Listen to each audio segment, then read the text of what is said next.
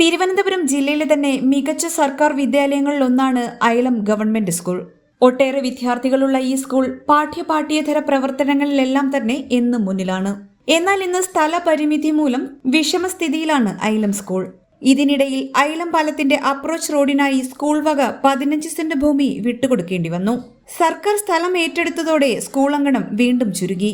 ഏറ്റെടുത്ത സ്ഥലത്തിന് പകരം ഭൂമിയോ നഷ്ടപരിഹാര തുകയോ അനുവദിക്കാൻ സർക്കാർ തയ്യാറായതുമില്ല. സ്കൂൾ അങ്കണം ഇന്ന് തെരുവ് നായ്ക്കളുടെയും സാമൂഹ്യ വിരുദ്ധരുടെയും താവളമായി മാറിയിരിക്കുന്നു. ഇവിടെ കുട്ടികൾക്ക് യാതൊരു സുരക്ഷിതത്വമില്ലെന്ന ആക്ഷേപവുമുണ്ട്. സ്കൂൾ അങ്കണത്തിൽ തീരെ ഇടമില്ലാതായതോടെ അസംബ്ലി പോലും നടത്താൻ പറ്റാത്ത അവസ്ഥയാണിപ്പോൾ.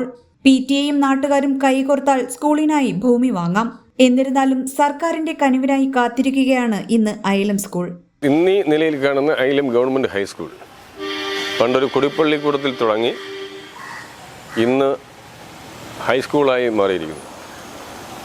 ആദ്യം LP സ്കൂളായി, പിന്നെ UPS ആയി, പിന്നെ ഹൈസ്കൂളായി. ഹയർ സെക്കൻഡറി സ്കൂളിൻ്റെ അനുവദിച്ചു വന്നതാണ്. പക്ഷേ സ്ഥലപരിമിതി മൂലം നമുക്ക് അത് ലഭിച്ചില്ല.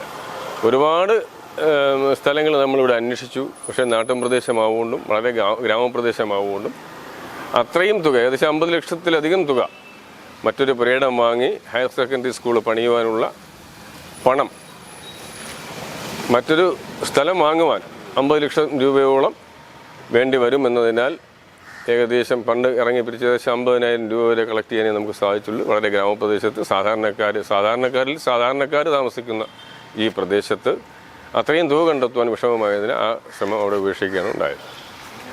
ഇപ്പോൾ ഈ നമ്മുടെ അയലം പാലത്തിൻ്റെ അപ്രോച്ച് റോഡ് പണിയുന്നതിന് വേണ്ടി സ്ഥലം ഏറ്റെടുത്ത മുഴുവൻ സ്വകാര്യ വ്യക്തികൾക്കും അവരുടെ നഷ്ടപരിഹാരം ഗവൺമെൻറ് കൊടുക്കുകയും ചെയ്തു. പക്ഷേ അയലം ഗവൺമെൻറ് സ്കൂളിന് മാത്രം അതിന് നഷ്ടപരിഹാരവുമില്ല, പകരം ഭൂമിയുമില്ലാത്തൊരവസ്ഥയാണ്. ഈ റോഡിൻ്റെ അപ്രോച്ച് റോഡൊക്കെ പണിഞ്ഞു, പാലത്തിൻ്റെ ഉദ്ഘാടനം കഴിഞ്ഞു.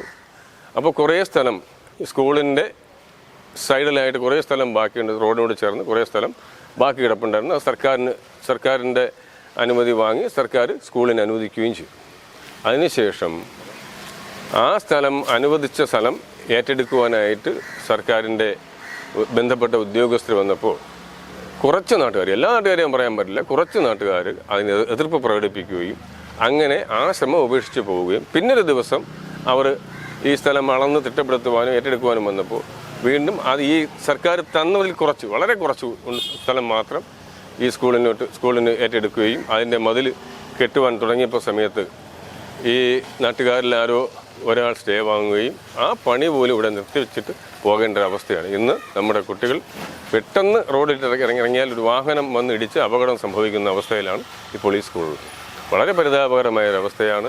പണ്ട് കുടിപ്പള്ളിക്കൂടത്തിൽ തുടങ്ങി എൻ്റെ അമ്മ പഠിച്ചു, ഞാൻ പഠിച്ചു, ഇപ്പോൾ എൻ്റെ മക്കൾ പഠിച്ചതും ഈ സ്കൂളിലാണ്. ഇപ്പോൾ ഒരാൾ പഠിച്ചുകൊണ്ടിരിക്കുന്നതും ഈ സ്കൂളിലാണ്. പക്ഷേ നമ്മുടെ സ്കൂളിൻ്റെ അവസ്ഥ വളരെ ദയനീയമാണ്. മതിലില്ല. വൈകിട്ട് രാത്രി ആയിക്കഴിഞ്ഞാൽ ആർക്ക് വേണോ എന്ത് വേണോ തോന്നിയ മാസം കാണിക്കാമെന്നുള്ള ഒരവസ്ഥയിൽ നമ്മുടെ സ്കൂൾ മാറിക്കഴിഞ്ഞിരിക്കുന്നു. ഒരു CCTV ക്യാമറ ഉണ്ടായിരുന്നു, അത് തകരാറിലായി. രാത്രിയിൽ വളരെ ബുദ്ധിമുട്ടാണ് ഈ സ്കൂളിൻ്റെ പരിസരവും സ്കൂളിനകവും. HP news 24/7.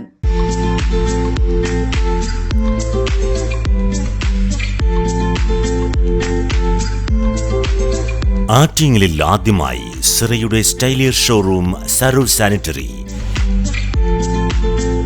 സാനിറ്ററി പ്ലംബിംഗ് ഫിറ്റിംഗുകളുടെ അതിവിശാലമായ വിപുലമായ showroom. V-Guard, Kirloskar, Bindu pumps തുടങ്ങി പ്രമുഖ ബ്രാൻഡുകളുടെ പമ്പുകൾക്കായി പ്രത്യേക ശ്രേണി.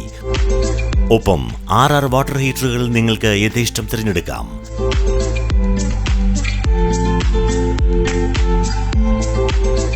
₹2,000 മുതൽ 2.5 ലക്ഷം രൂപ വരെ വിലമതിക്കുന്ന ക്ലോസറ്റുകൾ സുലഭം.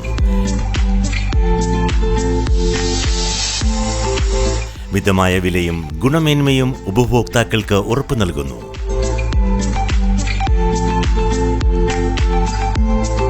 സിറയുടെ സരോ സ്റ്റൈലിയർ ഷോറൂം, സരോ സാനിറ്ററി, നഗരസഭയ്ക്ക് സമീപം, Attingal. Mobile 9447020511. Email sarursanitary@gmail.com. Sarur Sanitary, Attingal.